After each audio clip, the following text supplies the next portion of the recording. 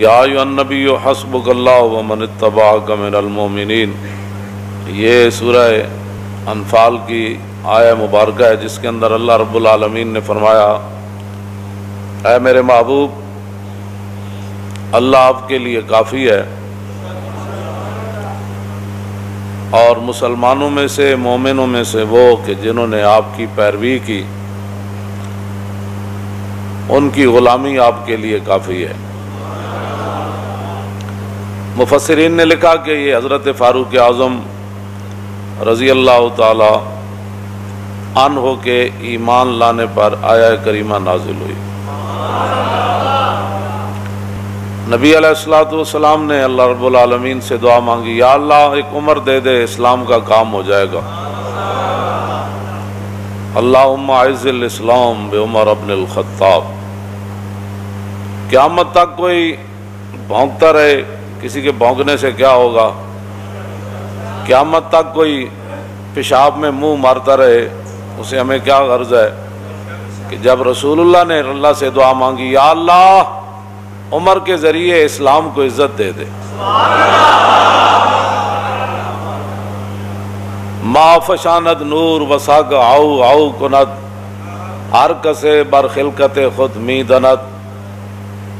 پوری دنیا اور زمین آسمان اور کائنات کا ہر ذرہ حضرت عمر کو جانتا ہے، ان کی غلامی کو بھی جانتا ہے، رسول اللہ کے ساتھ وفاداری کو بھی جانتا ہے، اور رسول اللہ کے دین کا جو انہوں نے کام کیا ساری دنیا جانتی ہے، پہاڑ بھی جانتے ہیں، اور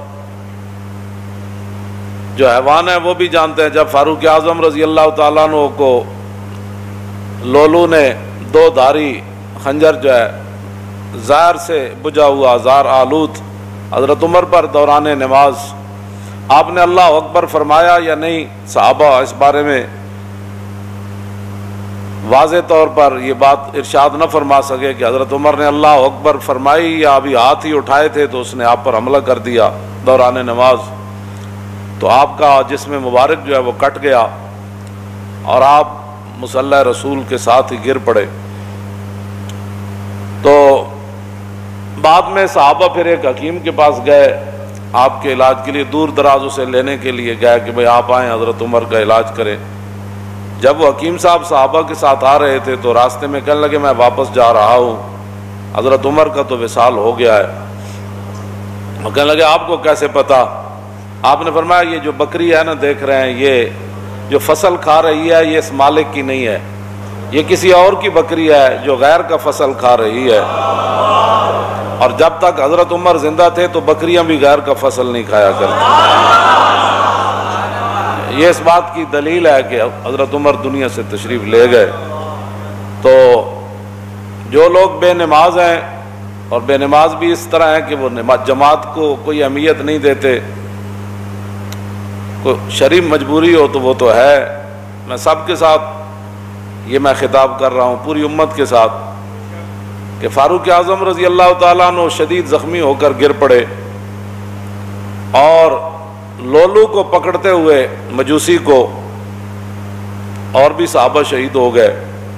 پھر ایک صحابی نے اس کے اوپر کمبل ڈالا، اس نے پھر اپنی گردن کاٹ دی تاکہ یہ راز ہی رہے کہ حضرت عمر کے شہادت کے لیے کہاں سے سازش چلی۔ تو بات جو میں کرنے لگا ہوں بہت بڑی بات ہے، اگر کسی کو سمجھ آ جائے کہ فاروق اعظم رضی اللہ تعالیٰ عنہ کو اگر بر وقت صحابہ اٹھا کر گھر لاتے، بر وقت علاج معالجہ ہوتا،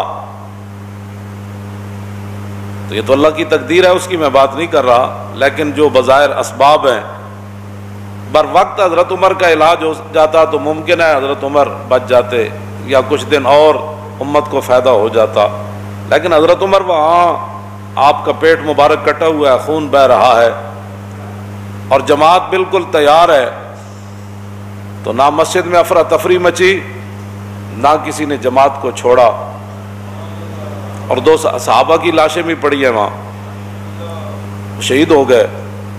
لیکن حضرت عمر نے عبد الرحمن بن عوف صحابی رسول کو فرمایا کہ آپ کھڑے ہو جائیں، مجھے یہیں زخمی رہنے دیں، آپ نماز باجماعت پڑھائیں۔ بس اگر کسی کو سمجھ آ جائے تو بہت بڑی بات ہے۔